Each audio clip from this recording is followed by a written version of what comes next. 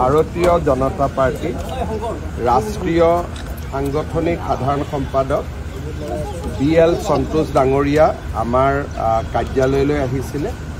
তেখেত বেসিক্যালি অৰুণাচল প্ৰদেশৰ সাংগঠনিক কাৰ্যসূচীত যোগদান কৰিবলৈ আহিছিলে আৰু যেহেতু আমাৰ কাৰ্যালয়লৈ তেখেতে আহিছিলে স্বাভাৱিকভাৱে তেখেতে এখন বৈঠকতো অংশগ্ৰহণ কৰিলে।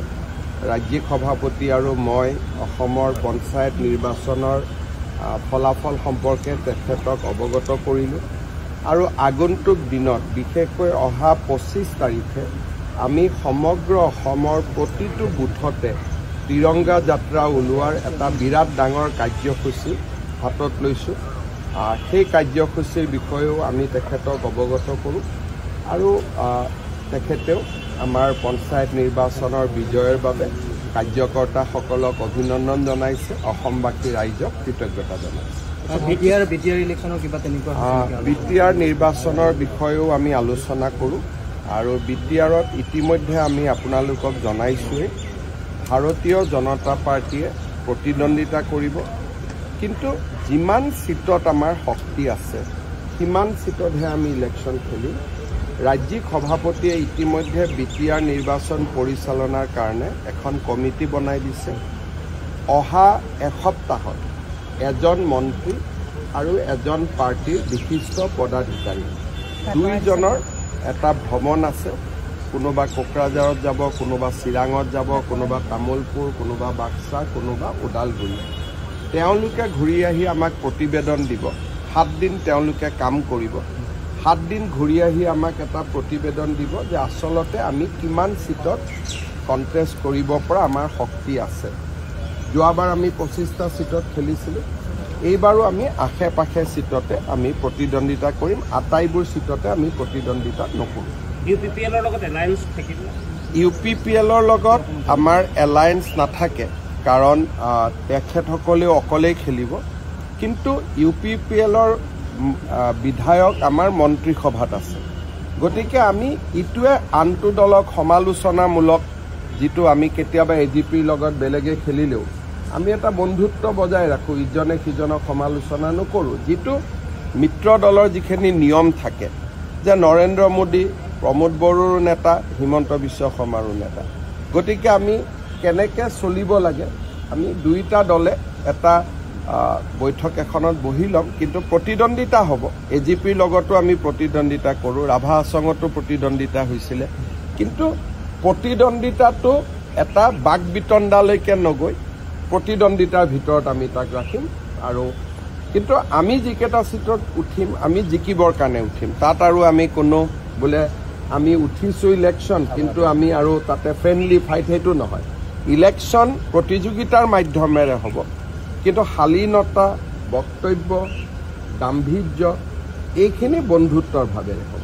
অকলে চৰকাৰ গঠন কৰিব পৰাকৈ আমি অকলে চৰকাৰ গঠন কৰাৰ কথাটো এইকাৰণে নাভাবোঁ, কাৰণ আমি ভাবোঁ যে বড়োলেণ্ডৰ এটা বিশেষ বাস্তৱিকতা আছে আৰু আমি 25টা সিটত উঠি 20টা সিট জিকিব নোৱাৰোঁ। আমি খেলিমেই 25টা, 20টাটো আমি জিকিব নোৱাৰোঁ। সেইকাৰণে নিৰ্বাচনৰ ফলাফলৰ ওপৰতে চৰকাৰ গঠনৰ কথা আহে। যিহেতু ফলাফল ঘোষণা অক্টোবৰলৈকে বাকী আছে, এতিয়া আমি ইমান চিন্তা কৰা নাই। আৰু কিয় সুধি আছে আৰে তেখেতক চাওক, ইয়াতে এটাই কথা ক'লোঁ যে যোৱাকালি মই কৈছোঁ 5টা কথা যে তেখেত পাকিস্তানত গৈছিল নে নাই। এইটো SIT কিয় ক'ব লাগে? সাংবাদিককতো কৈ দিলেই হ'ল। তেওঁ ল'ৰা ছোৱালী নাগৰিকত্ব দি SITলৈকে কিয় ৰখিব লাগে? আপোনালোকক কৈ দিলেই হ'ল। আপোনালোকৰ লগত তেওঁৰ ইমান ভাল, তেওঁ আপোনালোককে উত্তৰটো দিলেই হ'ল নহয়। SITলৈকে কিয় ৰখিব লাগে? তেওঁৰ পৰিবাৰে পাকিস্তানৰ দৰমহা লৈছিল নে নাই? আপোনালোকৰ দুই এজনে সুধি ল'ব না। আপোনালোকৰ মাজত তেওঁৰ ইমান শুভাকাংক্ষী আছে, আপোনালোকক আজিলৈকে কোৱা নাই নেকি? মই এতিয়া আপোনালোককহে সুধিম যে আপোনালোকে ইমান সোধা পোছা কৰি থাকে, সঁচা কথাটোতো কমচে কম আপোনালোকক ক'ব লাগে, লাগেনে নাই? CMA 99% মিছা কথা কয় বুলি কৈছিলে। লগতে মুখ্যমন্ত্ৰী এজনে ইমান মিছা কথা ক'ব হিমন্ত বিশ্ব শৰ্মাই পাৰে, কিন্তু অসমৰ মুখ্যমন্ত্ৰীয়ে নোৱাৰে।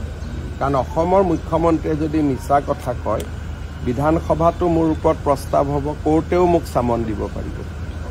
সেইকাৰণে মই মিছা কথা, হিমন্ত বিশ্ব শৰ্মাই হাজাৰটা মিছা কথা ক'ব পাৰে, কিন্তু অসমৰ মুখ্যমন্ত্ৰীয়ে মিছা কথা ক'ব নোৱাৰে। দি থাকিব, কিন্তু আচল কথাটো ক'লে নে নাই? তেতিয়াহ'লে আপোনালোকে মোক কিয় সুধি থাকে? আপোনালোকে তেওঁ সুধিব, বাবা আচল কথাটো কৈ দিয়া, জামেলাটো আমিও মাৰি দিওঁ। আচল কথাটোতো নকয়। বাংলাদেশৰ লগত কি আছে? বাংলাদেশততো আপোনালোকো গৈ আছিলে। কেইদিনমান আগতে মই দেখিছিলোঁ আমাৰ প্ৰতিদিনৰ মানুহো বাংলাদেশত গৈছিলে অসমীয়া গাঁও বিচাৰি। বাংলাদেশৰ লগততো আমাৰ যোৱা অহা আছিলেই। মহম্মদ ইউনুছ অহাৰ পিছতহে আমাৰ যোৱা অহা বন্ধ হ'ল। বাংলাদেশ ভাৰতৰ আটাইতকৈ বন্ধুত্বপূৰ্ণ দেশ আছিলে শ্বেখ হাছিনা থাকোঁতে, সেইটোতো সকলোৱে জানা। আৰু আমিতো তাতে আজিও ভাৰতৰ মানুহ আছে। এইটো তাতে বাংলাদেশ আৰু পাকিস্তান একেলগে কৰাৰ কথা নুঠে। এতিয়া বাংলাদেশত যোৱাটো অপৰাধ, যিহেতু তাত মহম্মদ ইউনুছ আহিলে তেওঁ ভাৰত বিৰোধী হ'ল। হ'ব, আৰু এইটো মই সুধিব হাক দিওঁ, আপোনালোকে তথাপিতো সুধি থাকে। 10 ছেপ্টেম্বৰলৈকে ৰখক না, ইমান কিয় ধৈৰ্য নাই? তেওঁতো দি আছে, কিন্তু তেওঁ আপোনালোকক ঠগাবৰ কাৰণেহে প্ৰেছ মিট দিয়ে, আচল উত্তৰটোতো নিদিয়ে। আচল কথাটো কয় জানো? তেওঁৰ অসমৰ 2-এখন বাতৰি কাকত আৰু টিভি ষ্টেচন তেওঁৰ ইমান শুভকাংক্ষী, কিমান ভাল পায়। যোৰহাটত জিকোতে গোটেই পৃথিৱীখন আত্মনাদ কৰি দিলে। কমচে কম আপোনালোককতো সঁচা কথাকেইটা ক'ব লাগে, আমাক কোৱা নোকোৱাটো বেলেগ। গতিকে আপোনালোকে সুধিব যে তোমাৰ এই আচল উত্তৰটো নিদিয়া, শুৱে বাৱে কথাবোৰ আমি সোধা পোছা কৰি থাকিব লাগে। হয় আচল উত্তৰটো দিয়ক, নহ'লে কথাটোৰ ওপৰত একো নাপাতিব, হয়নে? ঠিক আছে, যাওক।